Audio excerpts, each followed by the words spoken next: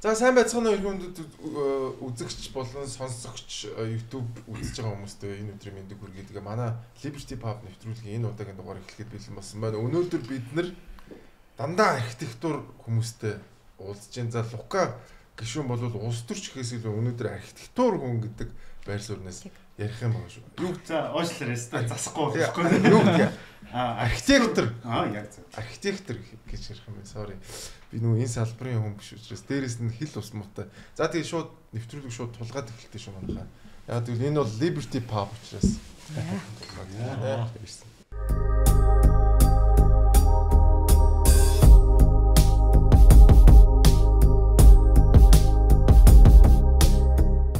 За тэгээд миний баруун гартлаас өөртөө танилцуулаад яадаг мэргэжилтэд ямар хүмүүс хүрээд ирж вэ?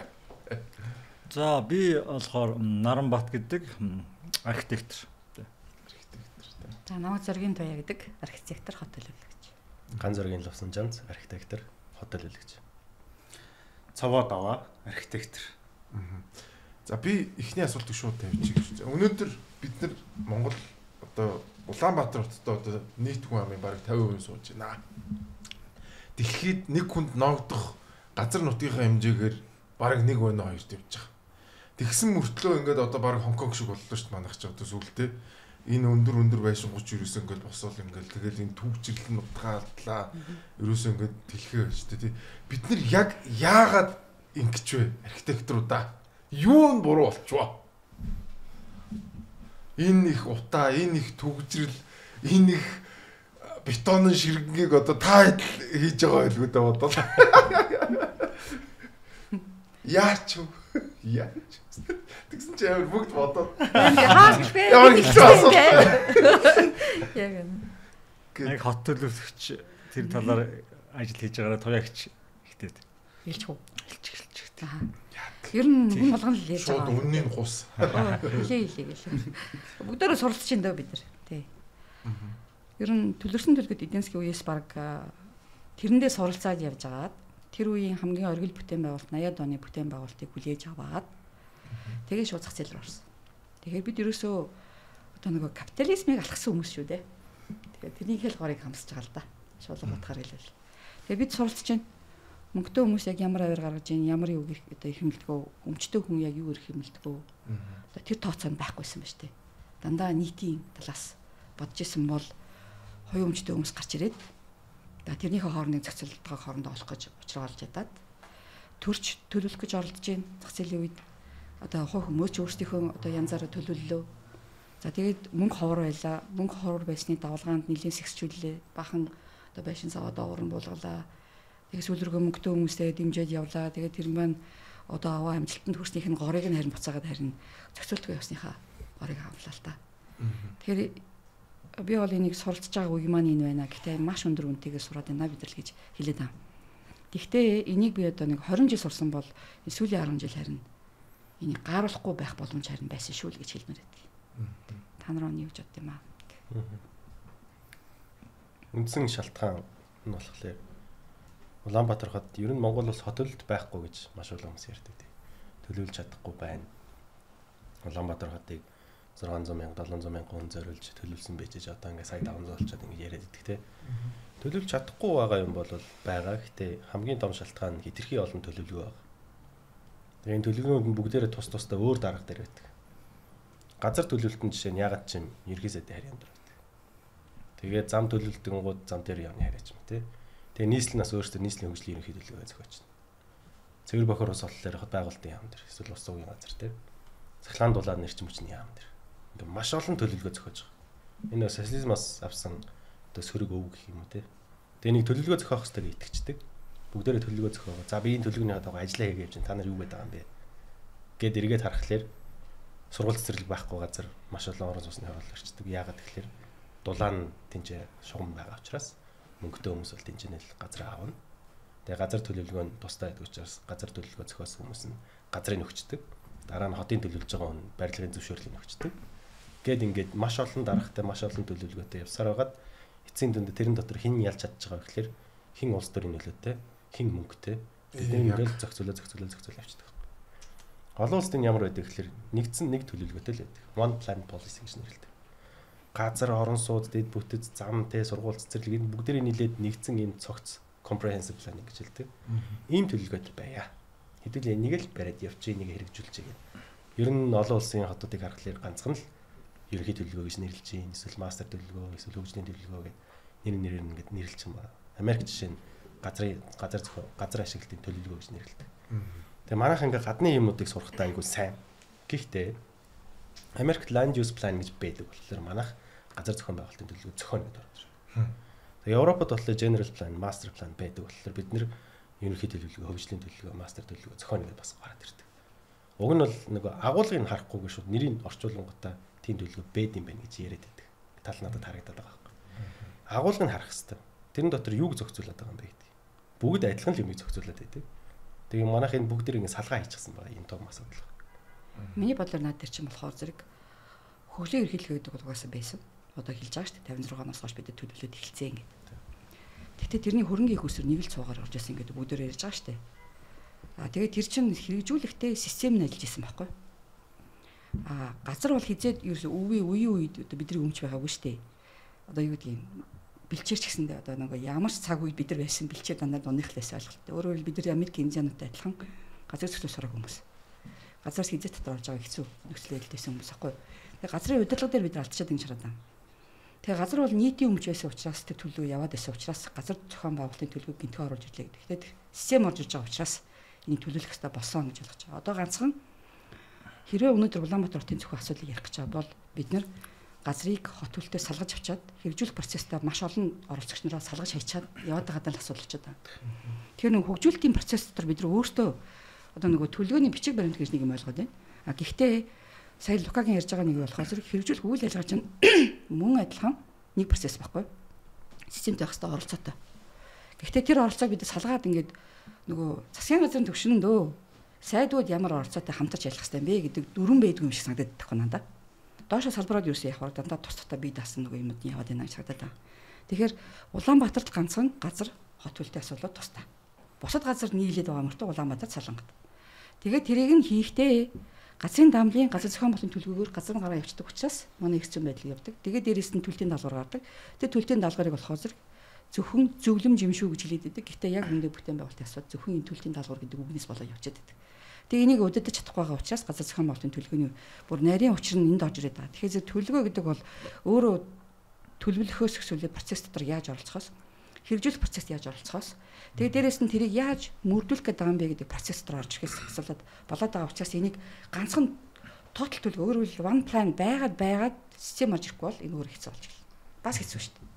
За. Би бодоход шал өөр талаас нь. Та чи TC багш гэдэг байгаа тий. Би шинжилгээ технологийн сургуулийн архитектурын техникийн эрхлэгч хийдээ. Бүрүү. Тий. Одоо ирээдүйн архитекторуудыг энэ асуудлыг бий болгоод нөхдүүдийг нэгдүгээр бий болгоод байгаа. Хоёрдугаарт бол ирээдүйн шийдэх нөхдүүдийг бэлтэж байгаа гэсэн үг.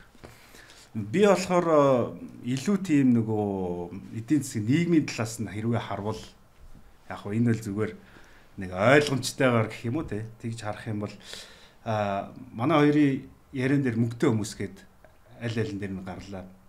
Гэтэл тэр хүмүүс маань 1990 оноос хойш нэг ямар нэгэн байдлаар золоор ингээд мөнгөтэй болцсон 880 те тийм хүмүүс маань одоогийн мөнгөтэй хүмүүс 69-ний дугуй муугаа зарж байгаа. Мэдхгүй тий. Тэгээд тэр хүмүүс маань бол одоохондоо өдийг хүртэл нь шүү дээ тий энэ нийгмийг, хотыг ирээдүйн сайн сайхныг за бүр байгаль орчин тэр юуг бодох тийм этик. За этик гэхэд бас хэцүү баха. Тэр хүмүүс чинь тэр талаараа бас мэдлэг муутай гэх юм уу те. Тэгэхээр тэр хүмүүсийн гол зорилго нь бол илүү их ашиг олох. Яагаад орон сууцны хорооллыг ингээд багшруулад байгаа юм те. Тэр хүмүүс тэрийг зарж байгаа.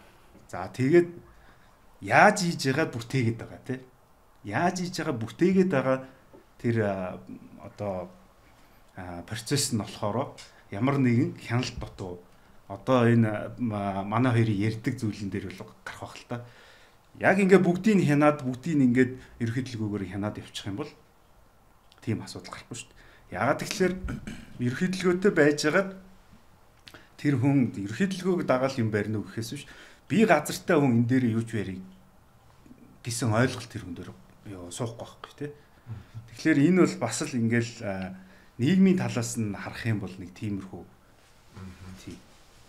За тэгвэл би болохоор бүр хумаад ярьчих. Одоо ингээд төлөвлөлтийн одоо хот төлөвлөлтийн хүрээнд чинь бүр ингээд жижигсгээд аваад үзэх юм бол норм дүрм хангуулж зураг хийх барилгажилт төлөвлөлтийг хийсэн тохиолдолд бас бетонын ширэнг болох боломжгүй.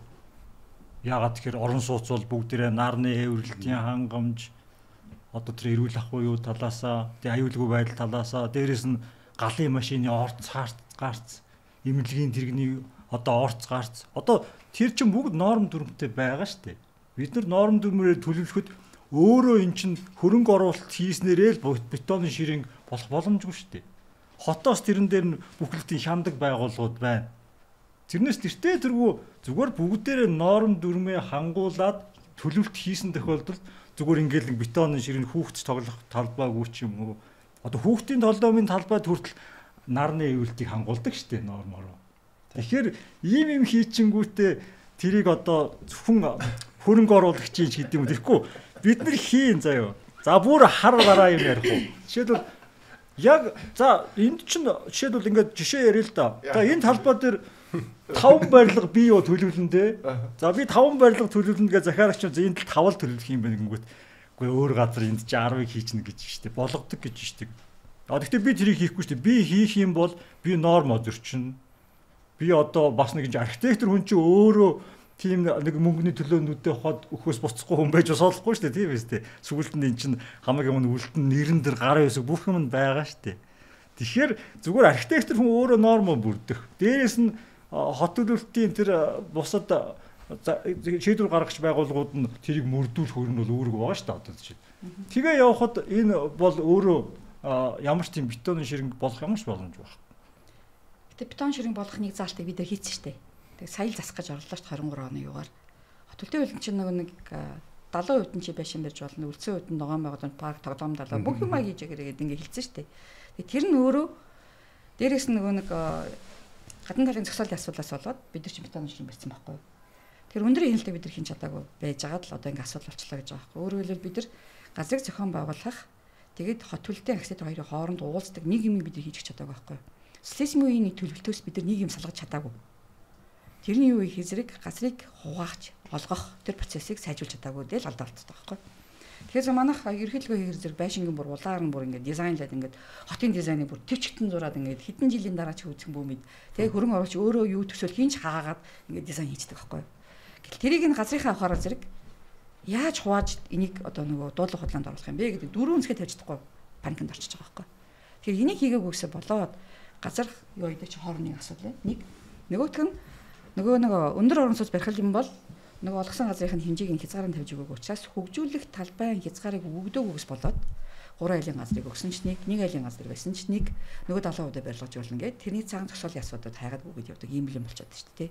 Тэгэхээр энийг норм яг бүрэн мөрдүүлээ гэхэд хинэн ч одоо нөгөө нормыг буцаагаад яагаад 70%? Өнөөдөр тэгээд дахиад тэрийгэ засаад 60% болгосон маа. Бас яагаад 60%?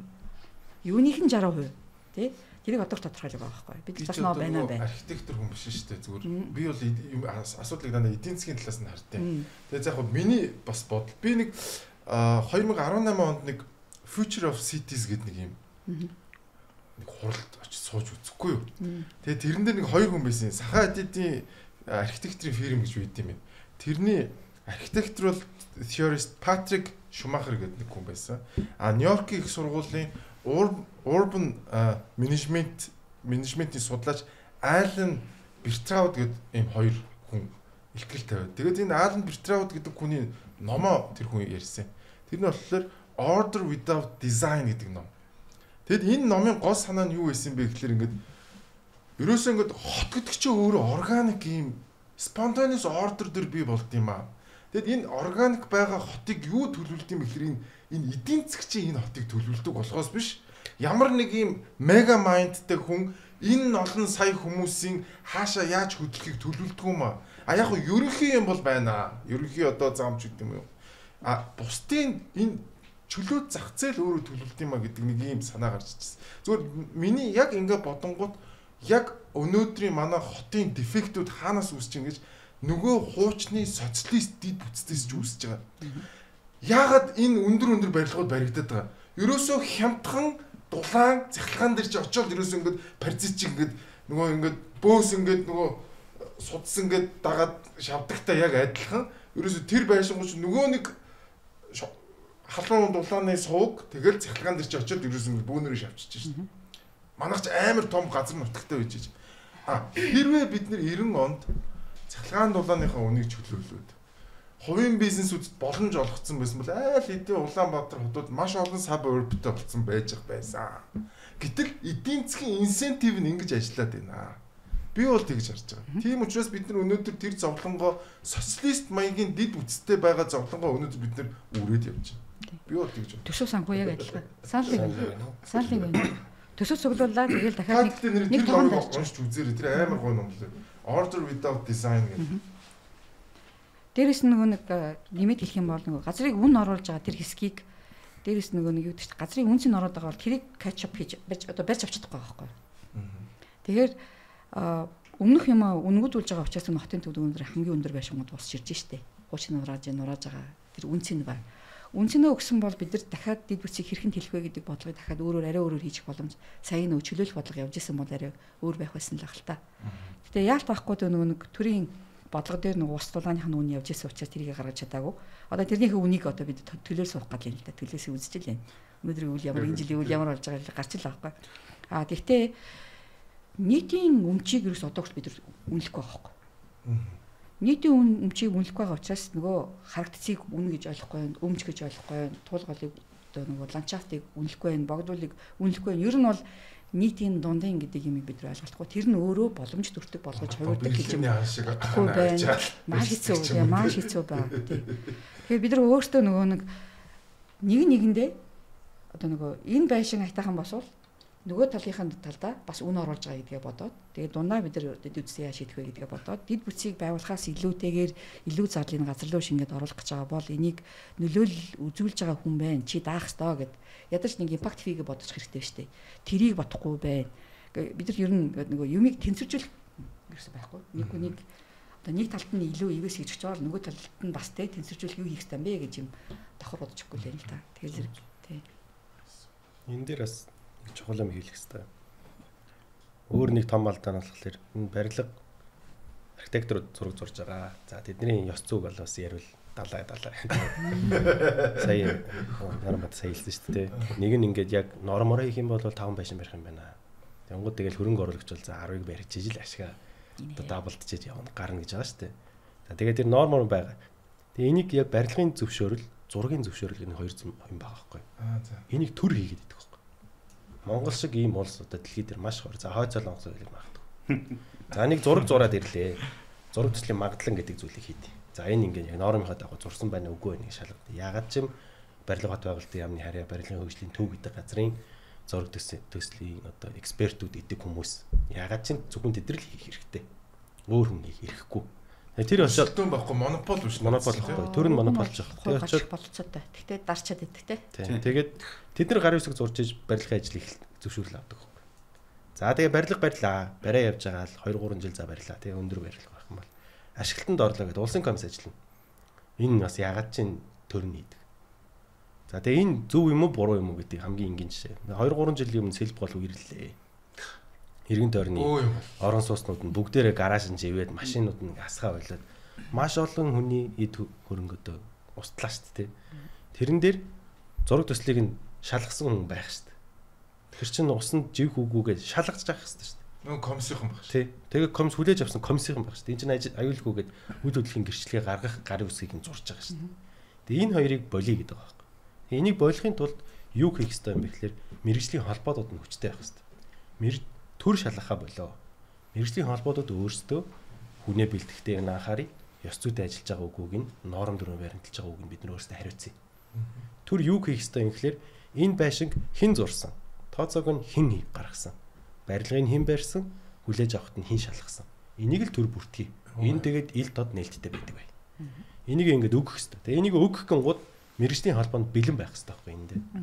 Мэргэжлийн холбоонд за бид нар өөрсдөө энийг хийгээд аваад явж чаднаа. Төр эндээ бүр ингээд орхоо бол та нар одоо бол тусдаа гарчих хэрэгтэй. Тэгэнгүүт манай мэргэжлийн холбоодод болохоор зарим нэг нь бол сайн байна. Архитектурын холбоо гэж бас байх уу тий? Монголын архитектурын эвлэл гэдэг нэг байгууллага. Тэгээ сүүлийн за муулгаал ах юм да. Алиас гэж тий. Сүүлийн одоо 3 жилээр ингээд ерөнхийлөгчөнд солигдоод явдаг өдөр зүйлээ ингээд тий. Би бол сүүлийн 3 жилд одоо архитектурын эвлэлийг сайн ажилласан гэж бол дүгнжилж чадахгүй. Яг хөө зарим нэг ивент дээр намайг нэг зочноор ирээд яриач гэж хэлжсэн. Тэгээд уг нь тэр байгууллага чинь мэрэгжлийнхаа мэрэгсэн зэргийг олох сургалтаа хийгээд. Тэг ийм одоо тэд дугаартай мэрэгсэн архитектор гэдэг юм олгодог байхгүй. Гадны архитектур гэдэг чинь нэрийн хуудсан дээр урдталт нь бол өөрийнх нь нэр нь байгаа архитектор гэдэг. Нөгөө тийш харангууд мэрэгсэн архитектор тэд дугаартай. Ийм одоо барилгын хяналтын тэд дугаарын одоо зөвшөөрөлтэй тусгай өмгөөлөгчийн дугаар гэдэг. Өмгөөлөгчийн дугаартай яг адилхан. Тэгээд тэрнийгээ бариад хүмүүс чинь тэр нь өөрийнх нь яг энэ миний мэрэгжил. Энэ дугаараараа би бол одоо хизээж хаана чанарыг би танд баталгаа болгож хэлж өгч чадна гэж. Манад энэ яагаад үүсэхгүй байхлээр нөгөө цаана эксперт гар хэсэг зурдаг, улсын комисс гар хэсэг зурдаг болохоор архитекторууд ёс зүйтэй ажиллана уу, нийгэмд ээлтэй одоо барилга байшингаа барина уу те. Барьсан ч бариагүйч тэр барилга нь ингээл дараагийн гар хэсгээр баригдчих байгаа. Эндээ архитектурын эвлэл хэрвээ тэр мэрэгшүүлэх тэр процессыг авчих юм бол юу яах вэ? Ямар нэгэн этикийн асуудал гаргасан архитекторыг те тэр юугийн одоо нэг жолооны ирэх хасдаг шиг те. За согтуугаар машин жолоодлоо хэдэн жил гээл хасдаг штэ. Яг тэр шиг эрхийг насч болох байхгүй. Өмгөөл ирэх хэсэг гэж. Яг тийм. Өмгөөлөгчийн ёс зүйгөө зөрчилсөн болоо шууд хасаал явчихж байгаа шүү дээ. Та ийм хуулийн заалт зөрчлөө, ийм норм дүрм зөрчлөө. За баг зэргийн норм дүрм зөрчсөнийг бол за энийгээ та арилгана уу те? Засаж сайжруулна. Тийм. Энэ таны сануулга болж шүү. Одоо шар уцагч шүү те. За тэнгүүтээ тэрийгэ засаж сайжруулахгүй юм уу? За сайжруулаад дахиад ёс зүйн мэрэгжлийн ёс зүйн алдаа гаргах юм бол тэр мэрэгсэн юм уу, зөвлөх юм уу юуг нь төтгөлзүүлж болно шүү дээ. За 3 жил. За та юу ярьлаа те? Тэр хугацаанд дахиад ямар нэгэн байдлаар тэр хүн өөрийгөө хөгжүүлж ягаад за би дахиад энэ зэрэгээ авмаар байна. Одоо ийм алдаа дүгтэл гаргахгүй тий. Одоо жолооны шалгалтыг дахиад өгдөг тий. Өгдөг тий. Тэр шиг ингээд явж явах хэрэгтэй байхгүй. Гол нь тийм амбиц байгаа юм уу? Яг сая барилгын хөгжлийн төв ярьлаа л да. Гол нь тэр байгуулах ч өөр амбицтай байх хэрэгтэй тий. Хуучин барилгын хөгжлийн төвийн энэ байран дээр агентлаг гэж байсан байхгүй юу. Тэгээ манай яам агентлагаа татаммууд ганцхан газрын агентлагаа авч үлдээд тэгээ энийг барилгын хөгжлийн төв өөрөөр хөгжүүлэх төв болгоод өргөж байгаа байхгүй юу. Гэхдээ тэр хөгжүүлэх төв дээр барилгын яам бодлогын зөвлөгөөгөө яг энэ салбарын бүх зөвлөхүүдээсээ татаж бүрдүүлж ингээд одоо нэг ажлын хэсгүүдэд байгуул зөвлөгөөг аваад ингээд явдаг. Тэгээд ер нь социализм үеэсээ нэг хоёр дахь инженерийн хяналт гэдэг юм дандаа байнга явдаг. Экспертизийг баг хоёр дахь инженерийн шалгалтаар ингээд оруулчихж байгаа байхгүй юу. Тэгэхээр энэ үйл ажиллагаа юу болж хуурж байна гэхээр зөвхөн хөндлөнгөөс ингээд харах юм бол одоо би сүүлийн бас ингэ яриад байгаа. Бид нэг үндэгчиг байгууллагатай байх болцсон юм байна. Үнэхээр мөнгөтэй дандаа хувийн компаниуд дандаа мөнгө төлөн заяа. Одоо нормчлын сангаад, экспертизийн мөнгөний дүнгээ, захиалгын хяналтын зардал бүгдийг одоо нөгөө барьж байгаа болон зов төсөл хийж байгаа зүйл хөрсгөө бүгд мөнгө хийн. Тэгэхээр энэ бол бидний дундын байгууллагацсан байгаа байхгүй юу. Гэхдээ энийг дандаа улс төрийн албан тушаал тавьчихад байгаа байхгүй юу. Тэгэхээр улс төрийн албан тушаал ороод төрийн хайрааны ороод ирэхээр бие биендээ шаардлагатай байхгүй болоод эргээгээд нөгөө төрдөө ингэж өгчөж байгаа байхгүй. Норм норматив гэсэн нь ерөнхийдөө тэр талдаа шүү. За магадгүй манайх лаборатори агай баг байж болно. Тэгээд барилгын хийцийн, бүтээцийн, нарийн мэрэгжлийн тооцооны одоо бат бихийн асуудлууд тийшээ лаборатори руугаа яваад ингэж тооцох боломж байгуу багтаа байгаа учраас Оросын норм авдаг байж магадгүй. Гэхдээ төлтийн норм хөгжих хэрэгтэй байхгүй. Тэгэхээр энэ дээр бид нар бие биендээ шаардлага тавих тэр орчин нь энэ барилгын хөгжлийн төв. Энийг улс төрийн хараас гарч ачил гэж хэлэх гээд байгаа байхгүй. Тэгэх юм бол энэ салбарын төрийн босууд нь өөрсдөө орж ирээд тэгээ бие биендээ шаардлага тавьдаг болоод өөрсдөө хариуцлага локаг хийж байгаа шиг хариуцлага хүлээгээд эхэлчихвэл энэ бүр цоогш нь эрүүл орчин гарч ирнэ шүү нүндээ. Энэ салбар өөрөө маш хэмжээний төрөөс маш хэмжээний худалдаа авт хийж байгаа. Одоо нөгөө барилга хөрөнгө оруулалтын чиглэлийн. Тэгэхээр энэ үйл ажиллагаагийн анхны гараа нь энд яваад байгаа байхгүй. Гэхдээ энэний өөрөө төр өөрөө дахиад хариуцлага хүлээгээд бүх алдааг нь өөр дөр өөрөө авчиж байгаа байхгүй. Саяны нөгөө нэг Үер болоод ингээ асуудал болоо гэхэд энэ хариуцлах хүлээх хүн байхгүй төр гэдэг нэртэй ерөнхий болчиход байна шүү дээ. Шатлаа би одоо байна. Яах тий. Тэгээ нэг л тийм ба. Тэгсээрээ даатгалын систем хөгжөөг. За ингээд ерөөсө бүх систем ерөөсө хөгжөөг юм болчиход байна шүү дээ. Тэгээ ядарч барилгын хөгжлийн төвийг төрийн бусуудаар бөөгнүүлээд тузын байгууллагад бие биенээ шаалга тавьдаг. Тэр барилгын эрүүл орчин үүсгчмээр л шүү дээ. Яг. Маш олон холбоо байгаа л да. Ер нь бол материалынхны байгаа, угсралтынхны байгаа, конструктор инженерүүд их байгаа, зураглалт зохиогчдын байгаа. Тэгэл маш олон холбоо байгаа л да бол. Гэтэ май одоо яг тусдаа архитекторуудаа шалгаруулаад тусдаа боловсруучны бэлдээд явж байгаа одоо хэдэн жил явж ин да. Тэгээ үр дүн юм байхад бас харамсалтай байна. Ер нь бол. Тэгээ архитекторуудын хэвлэл бол бидний уг нь арт тал байж явах хэрэгтэй байгуул одоо яг тэр ёс зүйн тэр одоо зөрчигдсөн үгүйг яана. Жишээлбэл яг ингээ төр байгаа үед болохоор одоо баг захиалагчийн хулгай шиг юм болдог шүү дээ. Тэ бидний захиалагчийг хулгайлцдаг байхгүй. Ягаад тэгэхээр бид нар яг норм дүрмээ барай төлөвлөлт хийхэнгүүт тэр цаана мөнгөний өгжөөл болгодог тийм нэг жижигхэн карманы компаниуд үүсгэсэн. Тэгээд тэд нар ингээд болгоод хор чин болгодог хүнээр нь л хийлгсэн дээ чинь мөнгө л олох хэрэгтэй шүү. Бүх юм бас мөнгөнд эдийн засаг төр дөрвөж юм чинь. Тэгэнгүүт яг нөгөө нэг норм дүрмээ барьдаг хүмүүс нь болохоор тэрнийг гадна үлдчихдэг. Тэгэнгүүт бид нар баг нөгөө эвлэл яг бидний бэкграунд байж чадах юм бол эвлэл дээр ийм болж штэ. Та нар одоо тийшээ ингэж юу өгөөч тийм бичиг гэдэг ч юм уу. Бид нар яг тийм арт тал байж чадах юм бол одоо яг тийм юу архитекторууд бол илүү тийм зоригтой өвчтэй байх болно шүү дээ. Коррупшн гэдэг байгаа шүү дээ. Тийм коррупшн гэдэг чинь одоо зүгээр заавал ингээд нэг хүн нөгөөдөндөө мөнгө өгөх ерөөсөө биш шүү дээ. Чи ингээд нөгөө хэвээ явж байгаа энэ системийг ялцруулж байгаа энэ процессыг чинь коррупшн гэдэг байгаа шүү дээ. Тийм. Тэгэхээр яг тэр төрийн оролцоо чинь өөрөө энэ барилгын энэ архитектурын салбарыг корруптд буюу ялцруулад байна шүү дээ. Яг үнэ. Зөвхөн барилгын юм биш дээ. Барилга эн чинь тэр чигээр хөрөнгө авахгүй. Одоо капитал бодол болгож байгаа байхгүй. Тийм үстэй. Тийм. Гацтай юутэй нь унгаж ийн мэдэр. Мөнгөийг ямар ч өргөө хийж байгаа байхгүй. Одоо Батамгалан сайд хот байгуулалтын ямыг одоо хариуцаж явж байгаа. Тэрэндээ барилгын тухай бол хот байгуулалтын тухай л гээд шинжилсэн найрлагаар орох гэж бэлдээд байгаа. Тэрэн дээр саяны хэлсэн барилгын хөгжлийн төв нь өөрөө ингээд хувийн хвшилтэд өрсөлдөгөө болоо. Зөвшөөрөл өгдөг байлаа. Гар үсэг зурдаг байлаа. Зохион яг өөртөө зурхгүй зохион байгуулж байгаа хэрэгтэй. Хаарталтан тий. Тийм шүү дээ. Энийг болж байгаа холбоотуудаа өгчөө. Тэгээд эсрэгээрээ архитектурын өөртөө хар толгоогоор хариуцлагаа үүр төр таны ажилд ерөөсөө оролцохгүй. Та чанартай юм бариад таны нэр хүнд өсөөд сайхан бизнесэнд тэглээд явах юм бол болж юм. Чадахгүй байх юм бол тэгээд архитекторын эвлэлч байт юм, инженерийн холбоонч байт юм өөртөө дотор хариуцлага тооцоо. Төр ганцхан юм хий. Бүртгэж л авъя. Тэгээд тэр бүртгэл нийлд одоо ичдэг. Хүмүүс одоо барилга хөдөлж авах гээд энэ сайн барилга юм уу, энэ муу барилга юм уу, ямар барилгын компанид барьсан, үүдүүдийн гэрчлэгийг гардаг байгаа тэгэл битүү ингээл айц сүйцтэй байгаа шүү дээ. Тэрийг нь төр зүгээр ингээл бүртгэлийн зүгээр ингээ ил тод ингээ тавьчихад болох байхгүй. Амар шүү дээ дараа. Нэг тийм өөрчлөлт хийх гээд ингээ хуулийн төсөл дээр ингээ ажиллаад. Тэгээд одоо энэ мэдээж одоо Ахмад үеийн ч гэдэг юм уу ах гişнэр байгаа шүү дээ. Одоо өмнө ингээ архитектурын тэр хүмүүс юу гэдэг юм. Одоо ингээ архитектур л гэдэг. Архитекторын одоо энэ холбоо молбооч ингээ явах хэрэгтэй гэж үздэг юм уу? Эсвэл энэ байгаа байдалтайгаа эвлэрээд идэг юм уу? Ямар учир байдаг юм? Ямар учир байдаг? Дараа.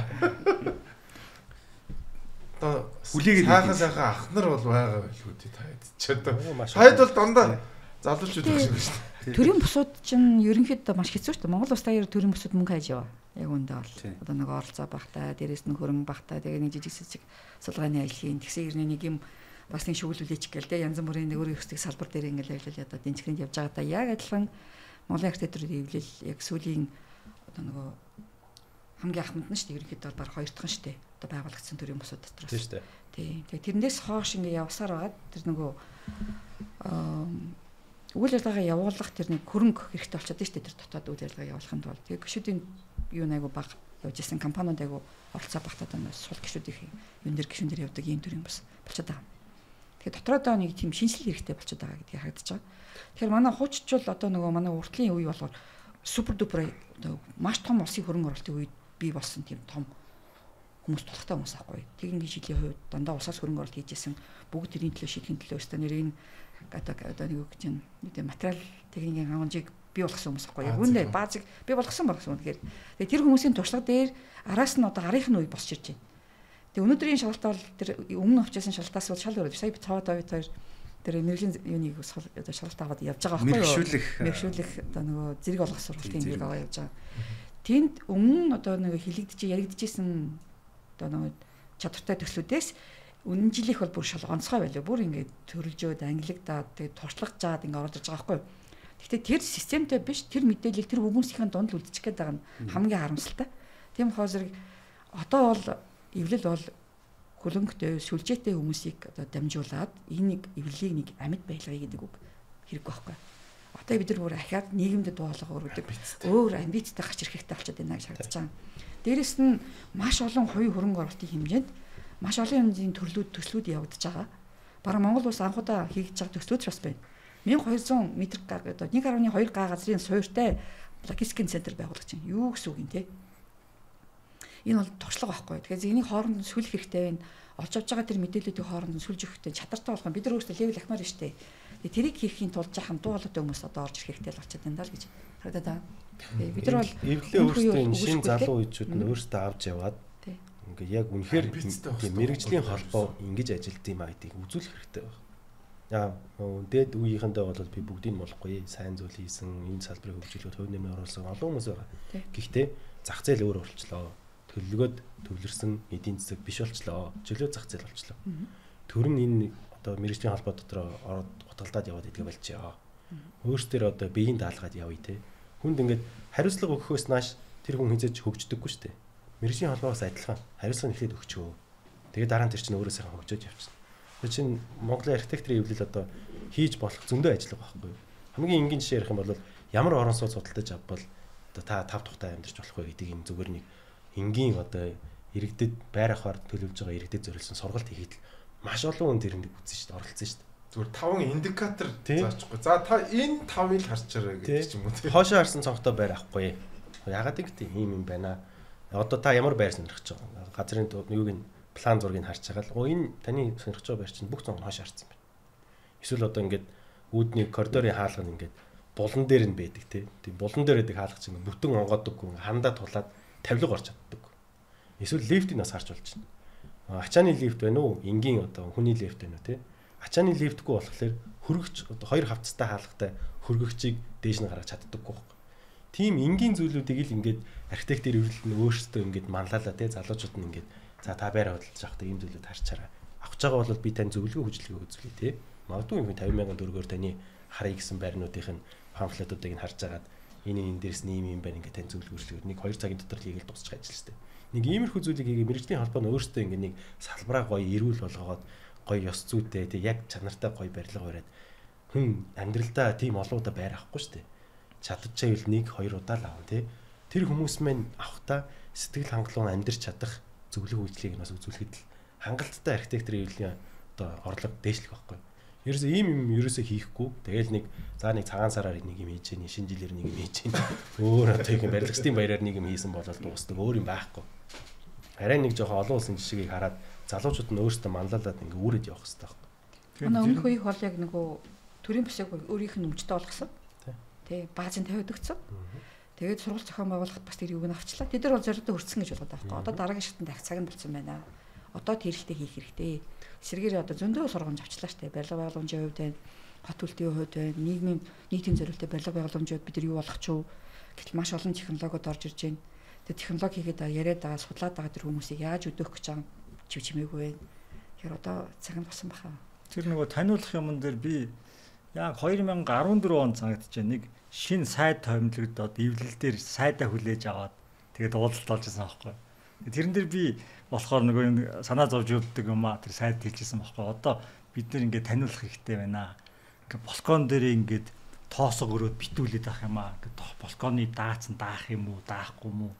Аль нь одоо даацын хан энэ тэр мэрийг ингэж иргэдээ ч юм уу таниулах одоо тухайн барилгууд нь пассворттай болдог ч юм уу тийм таниулах юм хийхгүй бол одоо ингээл дураараа нэгдүгээр давхрыг аль нь цөмөлж болох юм тий. Угсрал барилгууд нь цөмөлж болд юм уу болдгүй юм уу. Тэгээд балконыг ингээд битгүүлж бас болох юм уу. Битүүд хоосоо өрөөл битүүлчдэг байлаа шүү дээ. Одоо ч тэгж л байгаа. Нэг хүн бүрийн 3 турбо тавьж чад 2 давхраа урцгацсан байсан. Оо тийм байсан шүү. Тэгээд нөгөө тийм. Тэгээд нөгөө тэр эрдэнэт тийм байсан шүү. Би эрдэнэт таарсан шүү. Эрдэнэтэд нэг тийм айл байсан шүү. Ингээд хоёр давхрын айл ингээд урагшаа сунгацсан байсан. Тэгээ нөгөө тагт чи өөрөө эвакуацийн 2 дэгч одоо гарц гэж явдаг байхгүй юу?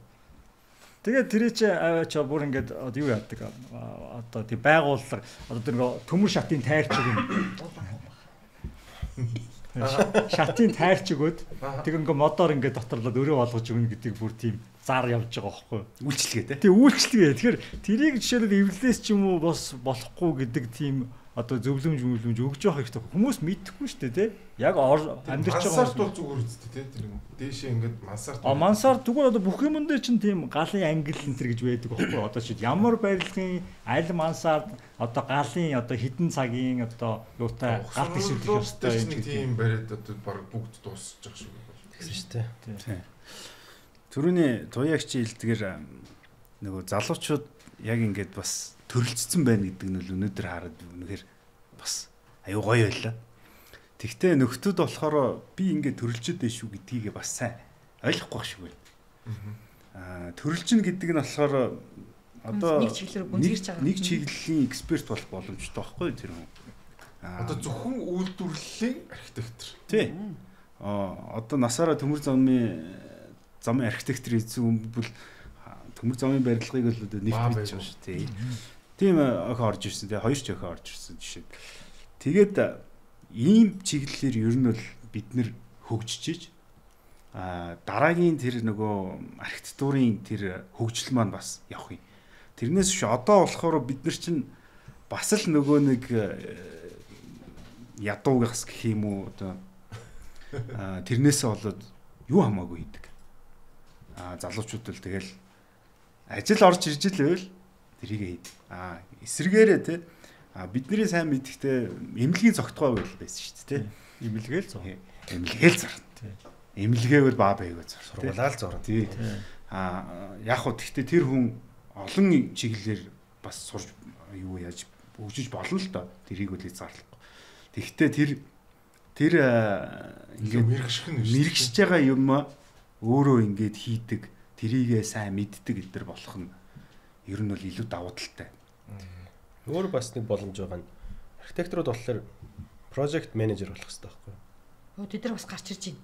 Тийм хүмүүс одоо л дөнгөж гарч ирж байна. Одоо ингээд ихэнх хүмүүс байдаг даа тэгээд лагер дээр ч юм уу тий. Барилгын санхүүгийнхээ их project manager-ууд болдог шүү дээ. Тий. Яг санхүүгээ бадж байгаа нөхдүүд чинь ингээд яа. Тий. Тэнгууд уг нь бол лагер дээр нэг 2 давхар байшин бариулах. Өөрөө Google-ээр өө ажил шүү дээ. 100 айлруу зүгээр явна шүү дээ. Нэг архитекторд очивол за зураг гаргаад өг энийгээ бариад өгчөө. Захиалагчийн хяналт тий хийгээд өгчөө. Гэт тэнгууд энэ бас одоо айгүй том хоосон зах зээл байгаа байхгүй. Манай архитекторууд инженерүүд өөрсдөө өө та надад зурвалчаад барилгын баригдаад дуус хүртэл би ингээд 7 хоногт 2 3 удаа таны талбай дээр очиод харчи. Дараа нь баригдаж дууссаны дараа асуудал гарах юм бол би хариуцлага хүлээж. Тэгээд ингээд сийгээд идэх ч юм уу, мөг өнцөртөд идэх ч юм уу, өвөл халаалтын зардал нь өндөр гардаг ч юм уу тийм зүйлүүд дээр би хариуцлага авчигээд. Тийм байдлаар нэг тийм сая цовод авааг хэлж байгаа специалист бас болж байна. Нөгөө талаас генералист бас болж байгаа. Энэ айгүй том хоосон орон зай. Тийм хариуцлага ихсэх тусмаа нөгөө нэг өөрийнхөө тэрэндээ таарсан үйлчлэгээ үзүүлнэ гэсэн үг шүү дээ. Ур чадвар сайжрна. Тэрний хэмжээгээр орлого бас нэмэгдэн шүү дээ. Тэгээ манай барилгын салбарын хэмжээ бүгдээрээ л халуунд хардаг хөдөнд хөрдөг гэлтэйг ингээл муухай мэрэгжлийг хараад байдаг. Уг нь бол айгүй гоё мэрэгжил байхгүй. Гоё зурчдаг. Тэгээд очиод талбай дээр энэ барилгачтайгаа хянцдаг, тэгээ хамтраал хийждэг. Зарим одоо хүмүүс байдаг шүү дээ. Өөрөө ингээд мужаа мөртлөө ингээд архитектор хийгээд өөрийнхөө хийж байгаа төслүүдээр сандал ширээд ингээд тавилга мэлгнаас цуг хийж өгдөг юм тий. Тийм гоё ингэж хөгжих боломжтой маш гоё салбар л да. Мэргэжлийн холбоо нь эвтэйхэн байв л. Яг над юун дээр Лукагийн саяны юун дээр чи үнэхээр их юу боломж байгаа. Яасан гэхлээр би нэг амар хөөрхөн юу төсөл хийж байгаа. Хөрхөн яаж Тэр амар хөөрхөн. Тэр яагаад амар хөөрхөн төсөл вэ гэхлээр багийн сургууль, багийн баг сургууль гэдэг төсөл. Наач гоё юм шүү дээ. Тий. Энэ юунаас нөгөө юу байгаа тиймэрхүү жишээнүүд байгаа. Энд ихтэй шинээр ийм хийгдэж байгаа бас өөр концепттэй нэг хөрхөн. Тэр мэдээж боловсролын яам захиалж байгаа. тэрийг хий гэж санаачлах гаргаад явсан юм нь болохоор нөө би хүүхдийн сан. За тэгээд тэрэн дээр санхүүжүүлж байгаа нь болохоор үндэсний томоохон корпорациуд. Тэгээд нөгөө татварын 1% хөнгөлөлт эднэр чинь боловсролын ёо руу орж болж байгаа шүү дээ, тий. Монполимет шүү дээ. Тийм, Монполимет орж байгаа, Хаан банк орж байгаа, Номи орж байгаа. Оо, Хаан банкныхаа нэрээ сүүлд нэг тим юм гэдэг Тий. сонссон шүү. Сая ашиглалтанд байсан. Тэгээ хамгийн гол нөгөө юу чи баг дээр ч нэг олон хүүхдийн сургууль барьчихдаг шүү дээ. Аагүй. Тийм биш гээд байгаа. Үгүй. Айгүй хөөрхөн яг багтаа таарсан айгүй хөөрхөн сургууль. Тэг хөөрхөн бөгөөд. Хөөрхөн юм байна. Интернетээс сонссон шүү. Тэр концепц нь би нөгөө хөөрхөн гээд байгаа нь би ягаад бас тэрэнд орсон бэ гэхлээр би ч өөрөө бол боловсролын байгууллагын хүн. Эва гэдэг нөгөө суурин төлөөлөгч натаа болцоо тий. Танахтай ингээ хамтармаар байна. Манайд ийм спортууд хэрэгтэй байна. Тэгээд энэ бол институцийн юм юу гэвэл гэхдээ ер нь л архитектор дээл хийж явах хэрэгтэй байхгүй. Тий. Ийм спорт хэрэгтэй байна тий. Тэнгүүтээ би сургуулийг чинь олчлаа тий. Тэгээд бид хит болсны юм дээр тэрэн дээр хяналтыг хийж байгаа. Тэгээд энэ хяналт нь болохоор яг хөө мэдээж би нэг тодорхой хэмжээний цалин авч байгаа л да. Тэгтээ бас нийгэмд хийж байгаа миний одоо хөрөнгө оруулалт. Тийм үү тий. Нийгмийн хариуцлагын өрөөнд хийж байгаа юм. Тэгээд сая нэг дэх өдөр би хоёр сургууль манай багийнхан хоёр сургууль хийж байгаахан нэгийг улсын комиссд өглөө тэгээд яг 14 хоногийн дотор комитетд засаад нэг сургууль ашиглалтанд орно. Оо nice. Бүр ховдын уу юм уу? Амар хурдан байсан. Ямар хурдан байсан. Үгүй ховд нийт энэ жил 5-ыг хийж байгаа. Ховд үенч хоёр нөгөө хилийн өдрөд ховд бишээ. Боршоо, усын боршоо ховдын үенч хоёр дээр болохоор юу хийж байгаа. Хил хамгаалахыг өөрсдөө хийж. Тэр чинь онцгой объект шүү дээ. Тэгээд Бацүмбрийн хоёр юм дээр тэгээд тэр хүүхдүүд амар өрдмөр цогцлондөр сумын хүүхдүүд багийн хүүхдүүд сумын төв рүүгээ 8 км алхдаг гэж байгаа. За дунд ангийн хүүхдүүд бол учиртай. Том болцсон. За тэнгүүтээ моцоклооноо явчихна болохгүй. Дотор байранд амьдрахад тэр хүүхдүүд чадна. Яана 6 настай хүүхдээ дотор байранд чадахгүй шүү дээ. Тэнгүүт нөгөөдөл чинь сургууль завсартай. За Бацүмбрийн нөгөө юу нь болохоор үдлэг гэдэг баг. Багийн төв дээрээ нэг өрөөнд хичээл хийдэг. Тэгээд нөгөөх нь болохоор нэг гэрт хийдэг гэж. Тэгэл одоо нөгөө манай барилгынхаа яагаад яхад атманууд ихээ. Чи миний сургуулийг барьж байгаа те гэж явдгийг хүүхдүүд. Тий. Тэгээд энэ болохоор юм бас тийм айгүй гэгээлэг тийм гоё хөөрхөн төсөл болохоор бид нар шууд хэрэгчих юм. Зөвхөн баг биш юм бэ. Тий. Яасан гэхээр гэр хороолч ингээд алслаад байгаа шүү дээ. Тэгээд нэвтрэл маш бага болж байгаа. Тэгсэн хэрнээ төлтийн норонд байгаа нөгөө 700 м 500 м 350 чинь хэцүү. Ягаад тэр янз чинь хотын дэгэнд чинь 1000 хүнд 100 хүүхдийн сургууль те 200 хүүхдийн сургууль гэдэг ингээд заагаад тавьчихдаг. Тэгэхээр нөгөө нэвтрэл нь хүрхгүй. Тэгэхээр бүх том аслах гэдэг нөгөөхдөө ч өшөө хоол явах гэдэг ингээд нэвтрэл дарж гэдэг нэг тийм асуудал байна. Тэг баг нэвтрэлтэй хэсгэд бол өстө хөргөн комисс үүсгэж болох юм байна. Тийм бай. Манайхаа зүгээр надаас нэг асуулт айгүй гоё гэгэл юм дундуур нэг юу чи. Намайг одоо dark camera гэдэг юм шиг. Энэ одоо ингээд амар их барилгууд баригч. Би нэг юм амар санаа зовоод байгаа байхгүй. Одоо энэ ачаал нь дийлдэг байгаа гэдэг юм дээр би мэдгүй яагаад ч нэг цаанаас айгаад энэ нөгөө дулаан ус мус тэгэл одоо нөгөө бохор те нөгөө захлага махлагын энэ амар өндөр өнөдийг дийлдэг байгаа даа л гэж айгаад байгаа.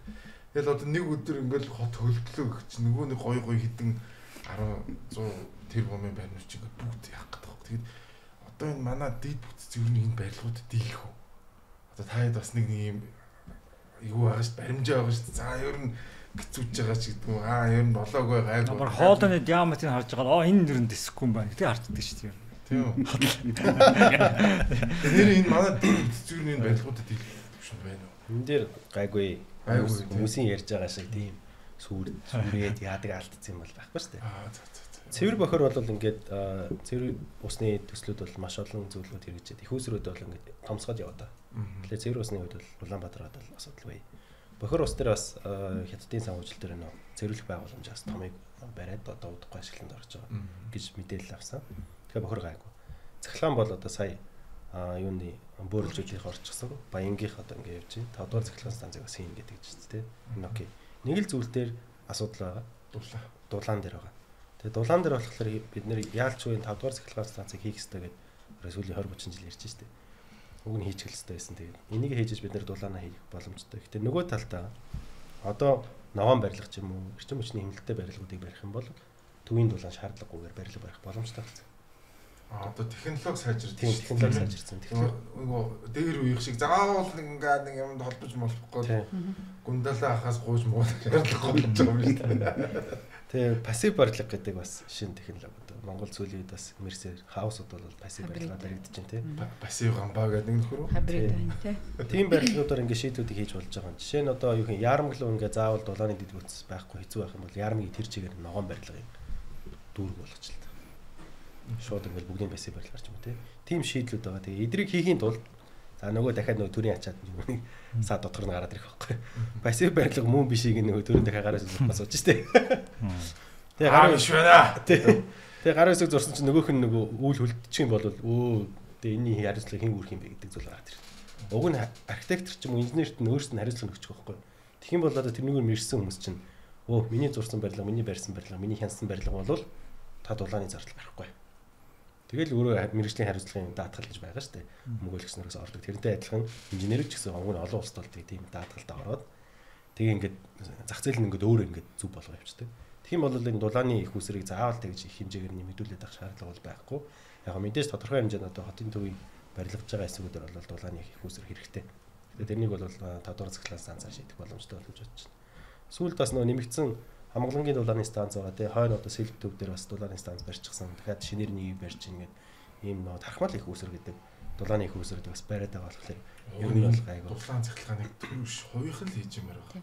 Тэгэхгүй бол тэгэл наадах чинь ингээл дахиад хомсдол үүсэж шүү. Би бүр нэг хөндөө би бас нэг юм сонссон энэ төр гэдэг чи одоо амар том захиалагч болсон юм. Одоо ингээд төрийн тендерүүдийн төлөөл одоо ерөөсө бүгдээрээ нөгөө мөнхөдөө архитекторууд нь үзчихээ нөгөө юм нийлүүлдэг хүмүүс нь тэрэн дээр чи юм тэрэн дээр за бүр өөр юм ярьчих тэгвэл жишээлбэл одоо энэ жил 100 ч нэг баахан бордуур зам солилоо шүү дээ. Тэгээд тэр нь солих хэрэгтэй хэрэггүй гэдэг ингээд хоёр хуваагдсан ч юм уу хэд ч хуваагдсан. Гэхдээ хуваагдах юусаа албагүй байхгүй. Бид нар яг хот төлөвлөлтийг яг судалгаан дээр үндэслэж хийвэл жишээлбэл нэг safe city index гэдэг шүү дээ. Аль хэсэгт нь зам солих хэрэгтэй вэ хэрэггүй вэ гэдэг юмнууд гарна шүү дээ. Аль хэсгийг яаж сайжруулах вэ гэдэг юм чинь тэр индексээр тодорхойлчих واخгүй юу те. Жишээлбэл одоо эрүүл мэндийн талаас эмнэлгийн машин хэдэн минутанд ирэх хүртээмжтэй байх юм те. За тэнгуүтээ онцгой байдлын машин хизээ ирэх юм ч юм уу. Явган хүний одоо access тэр нь одоо ямар байх юм. Тэр мөрөөгөр одоо ингэх юм бол тэр хорон дээр энэ арай доогуур заалттай байгаа юм чинь энд нь зам тавь. Энэ нь гэрэлтүүлэг байхгүй учраас энэ ирэхээр хин нэгэн улс төрч очингуудаа за би тим юм хийн гэхгүй тэр чинь тэртээ тэр бүсэд юу хийгдэх нь тодорхой юм болчихж байгаа байхгүй. Тэрэн дээр ямар тийм фантази хэрэггүй болчихно гэсэн үг. Тэгэхээр судалгаан дээр үндэслэн төлөвлөлт хийхэд бол зүгээр энд юу хийх нь тодорхой байхгүй да. Тэрээс би энийг хөгжүүлнэ гэвшгүй та энэ дээр угаасаа энэ замл тавих хэрэгтэй шүү дээ. Энд гэрэл хийх хэрэгтэй. Тэгэхээр энэ дээр ямар ч хэрүүл үүсэхгүй. Яагаад ингэ бүх юм ингэ чулуун бордор болгож байгаа юм. Чулуу болох хэрэгтэй юу хэрэггүй тэр чинь судалгаан дээр байгаа. Тэр шорон замтай хэсэг дээрээ л зам тавина шүү дээ. Тэгэхээр энэ том хөрөнгө оруулалтыг санаад өглөө.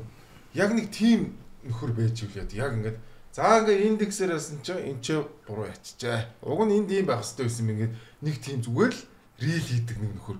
Танаа санаж нэг залуу яваад Улаанбаатарын утаг хэмжээл яваад идэг нэг залуу рил хийгээд яг тэр шиг нэг архитектор байх болох юм биш үү? Уг нь тэр индекс хийдэг.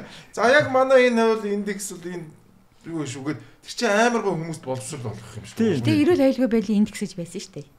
Нийслэлд 12 оноос хойш явсан.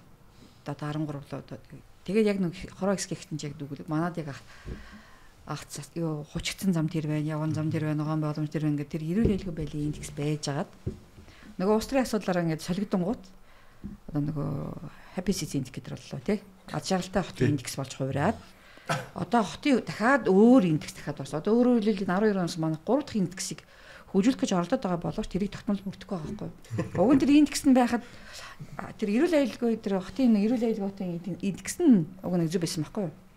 Тэр нь бол яг өөрийн чиг хэлж байгаа. За одоо энд биш тий. Ерөөсөө нийт хотын дүүргүүдийн дундчиг, хороодын дундчиг авч байгаа л үзчихэж байгаа байхгүй. Энэ дотоод биш шүү, ийшээ хандуулах юм биш шүү. Тих юм биш шүү. Ядаж нөгөө хөрөнгө оруулалтын төлгөө гэдэг чинь учиртай байсан байхгүй. Тэг байх болгож байгаа байхгүй. Тэр тал нөө би ч одоо нэг дарга бодож байгаа бол гусчт юм бол гэж бодож байна. Би ч нэг архитект юм биш учраас тэр нөгөө саяны хэлсэн нөгөө олон төлөвлөгөөтэй болохоор тэгээд байгаа байхгүй. Одоо цэвэр бохор усыг хариуцдаг төлөвлөгөө нь тусдаа. Явган зам дугуйных нь тусдаа. Тэгээ нөгөө явган зам дугуйг тавьсан чинь 50 санжаар явуулах ухаад ингээ. Үгүй гүйсгэл нь шүү дээ. 50 санжийн зам гаргаад тэгэл тэрүүгээр л яв гэж сая өчигдөрний бат даргач тийм. Нөгөө стандарт ярьж байгаа шүү дээ. Стандарт ярьж байгаа. Гүйсгэлийн одоо юу гэдэг ерөнхийлөгөө гэдэг чинь төлгөө байхгүй. Төлгөө бол ер нь ямар нэгэн байдлаар хөрөнгө. Гэтэ хөрөнгө дутагдана шүү дээ.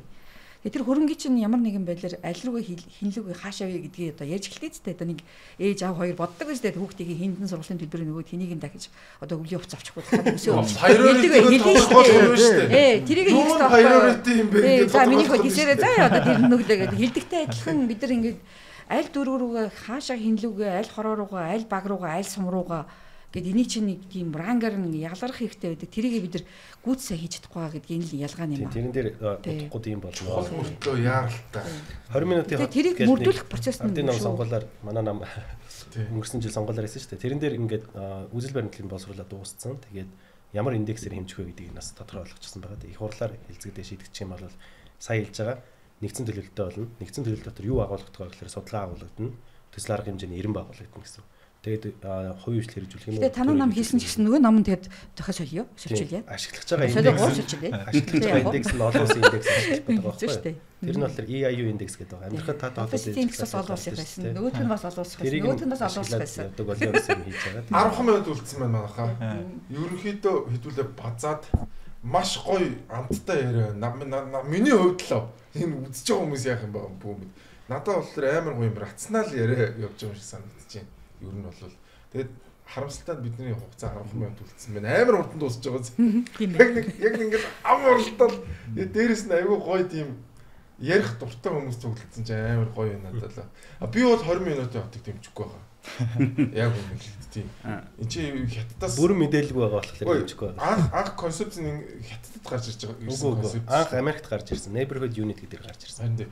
Тийм манай төлтийн норм бол саяны нөгөө нэг 750 300 м квадрат метр чинь сургууль цэцэрлэгийн төлөвлөлт чинь дахиад явах гэдэг байхгүй миний. Үгүй энэ хэд төлөлт ерөөсөө биш. Ерөөсөө зүгээр нийгмийн дэд бүтцийг л хүртээмжтэй байдлаар хийя гэж байгаа. Америкт үүссэн. Yani энийг жоохон ингээд зарим хүмүүс ингээд буруу ойлгочихсон байна. Хятадаас гарч ирсэн юм ерөөсөө биш. 1900-аад оны үед CA Perry гэдэг одоо хот төлөвлөгч эдийн яг тэр тэгж явж байгаад тэгээ сүүлд яасан бэ гэсэн чинь нөгөө нэг зүүнний үндэстэй нөхдөө чинь Европт ч энийгээ хэрэгэлсэн хятадд чиргэлж ирсэн. Сүүлд гарч ирж байгаа. Франц ч 15 минут сүүлд гарч ирсэн байгаа шүү дээ. Аливаа зүйл чинь ингээд мартагдсан зүйлээ дахиж сэргэж гарч ирэхдээ шинэ юм шиг сонсогдоод шинэ нэр өгөөд 20 минут гэж байна. Намайг дэмжиж байгаа архитектур дэрж яана шүү. Гэтэ юу шүү дээ. Франц ч гэсэн 15 минут хэлсэн. Гэтэ тэрний эсрүүцэж байгаа. Эсрүүцсэн. Портландаас 20 минут яваад. Гэтэ тэр эсрүүцэгч хүмүүс нь болохоор зэрэг биднийг одоо нэг бүртгэлээрээ хаашиж хөдөлгөөнгөө болгох гэж юм гэж бодоод байгаа байхгүй. Бид нар ингэж тийм юм хийцээж хаач хийгээгүй шүү дээ. Ямар хотод хийгээд байгаа юм бэ? Ямар мэдээлэл хаанаас энэ сонсцгоо. Үгүй сонсох шүү. Уншсан ярьж байна би. Мэдээлэл авснаа ярьж байна. Их сурвалж чинь юу юм бэ?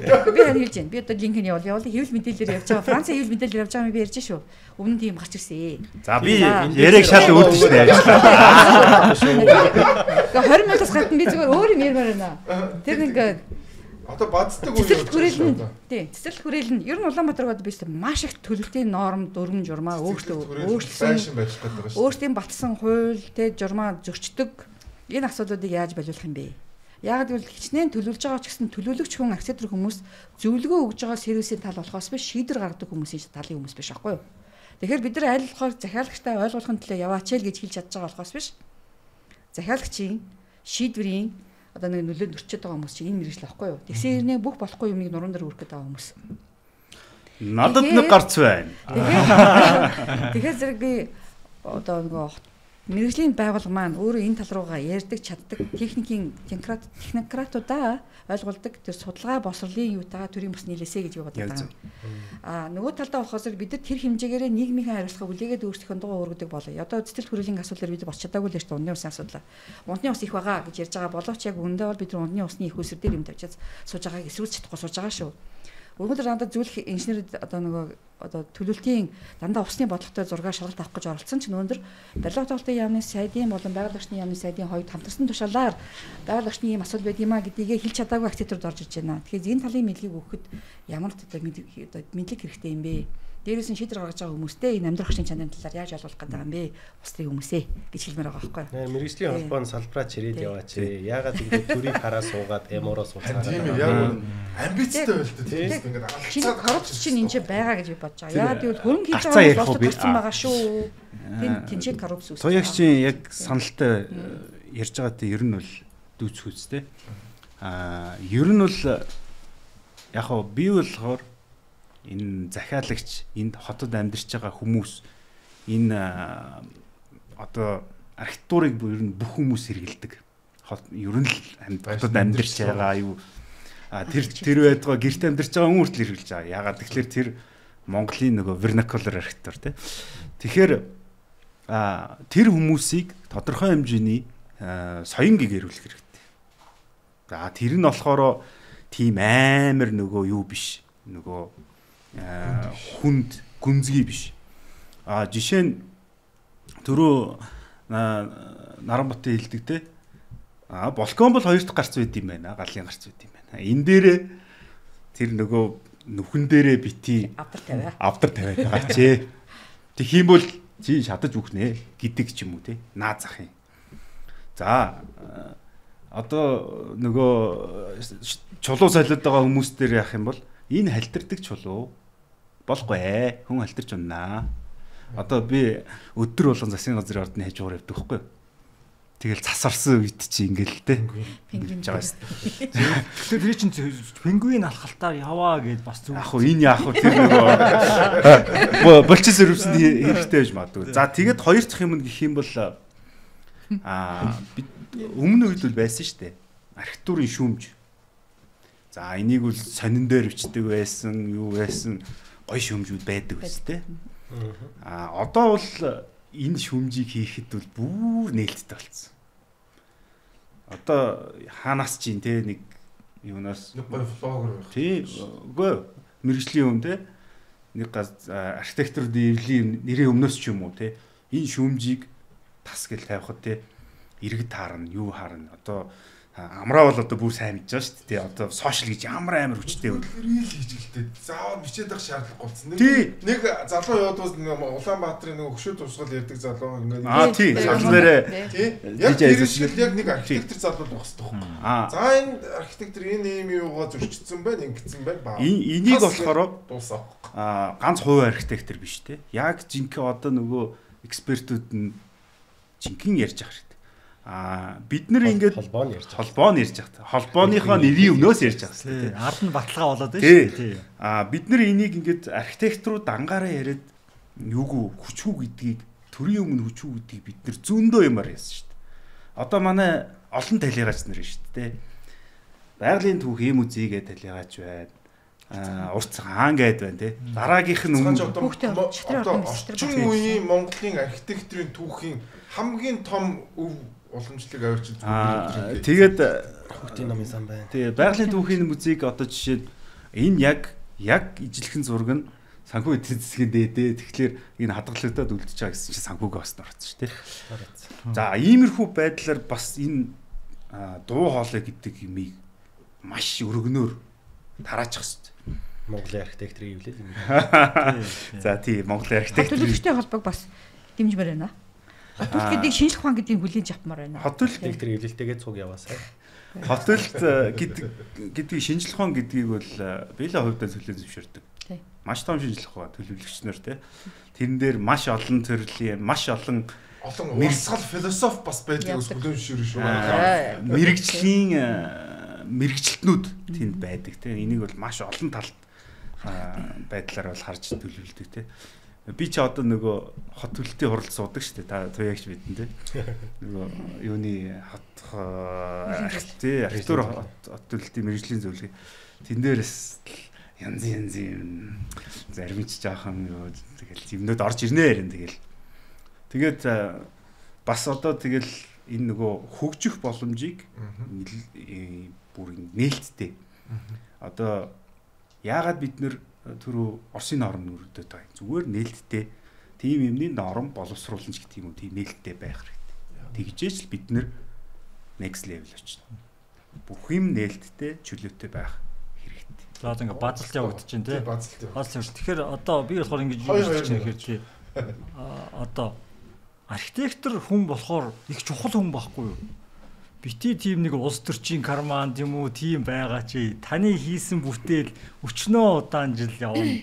Тэр чи үр хүүхэд чинь аава та энийг төлөвлөсөн штий гэж явах юмыг юу хамаагүй бити мэдхгүй юмаа бити төлөвлөж. Манай архитекторуудын юуны одоо ёс зүйн дүрм дэр байдаг штий. Мэдхгүй ажиллаа бити авч хий гэдэг. Тэгэхээр ерөөсөө архитектор хүн бол явжтыг яг чухал хүн гэдгийг ойлго, хариуцлагатай. Тэгэхээр зөв юм яг л тийм өөрийнхөө хариуцлагатай юмаа хийх хэрэгтэй. Чухал хүн гэдгийг ойлгох хэрэгтэй. Бити тийм жижигхэн бай. Хин нэгний тийм юунд яваа. Би тэгж хэлмээр. Жохон том байл та. Том байл та тийм. Тэрүүний юун дээр тоцтгоод хэлэхэд үгснийхэн дараа нөгөө шүүхийн шийдвэр уншдаг бас цөөхөн мэргэжлүүдийн нэг. Үгснийхэн дараа шүү дээ. Тэлийн дараа. Тий. Тэгээ энэ дээр нөгөө тэгээд хамгийн чухал зөвхөн архитектурын салбарыг хэлэхгүй байна. Энэ оролцоо аягүй чухал байгаа гэдгийг бүх салбар дээр ойлгох хэрэгтэй. Тэгээд нийтлэгээр энийг нийгмийн архитектор дээр инженер бүгдээрээ нэг тийм хохирогчийн сэтгүүтэй яваад байгаа. Ингээл төр ингээл инчдэг энэс болдог ч юм уу тий. Бос төрчөөс болдог гэл бүгдээрээ суугаад идэг. Тэгээд яг ягс өндөр хэлбэл барилгын тухай хуулиа уншчихсан архитектор инженер маш ховор байдаг. Хот байгуулалтын тухай уншсан архитектор инженер ховор. Мэргэжлийн холбоон дээр бүгдээрээ ингээд дуу хоолойгоо нэгтгээд оролцоотой байгаад шийдлээ яриад хэдүүлээ за энэ салбарыг аваа явъя. Одоо Монгол цаашаа ингэхгүй Улаанбаатар дахиж ингэж төгжрөхгүй утаатай байхгүй гэдэг уг нь манай архитектор инженер барилгачид маань ингээд хоорондоо нийлээд ярьдаг юмар. Би биш те. Тийм. Хаад ярьж явах хэрэгтэй байхгүй. Тэгсэн чинь ингээд хоорондоо ингээд талцаж ороод хэрэлдэж ороод архитекторын лаг, инженерийн лаг гэдээ барилгачид нь та нарыг харж үздэггүй энэ төр гэнгээ. Тал болоо талцгайгүй дуртай. Энийгээ болоод бүгдээрээ нийлээд хамтдаа энэ архитектор эвлэл байна уу, инженерийн холбоо байна уу, барилгачдын холбоо байна уу ингээд салбарын залуучууд нь өөрсдөө салбараа манлайлж явахгүй байгаа учраас төр тэн дээр чинь дахиад суучаад байгаа шүү гэдгийг л тодтогч хэлмээр байна. За тэгээ дээр нь нэг юм хэлчихье.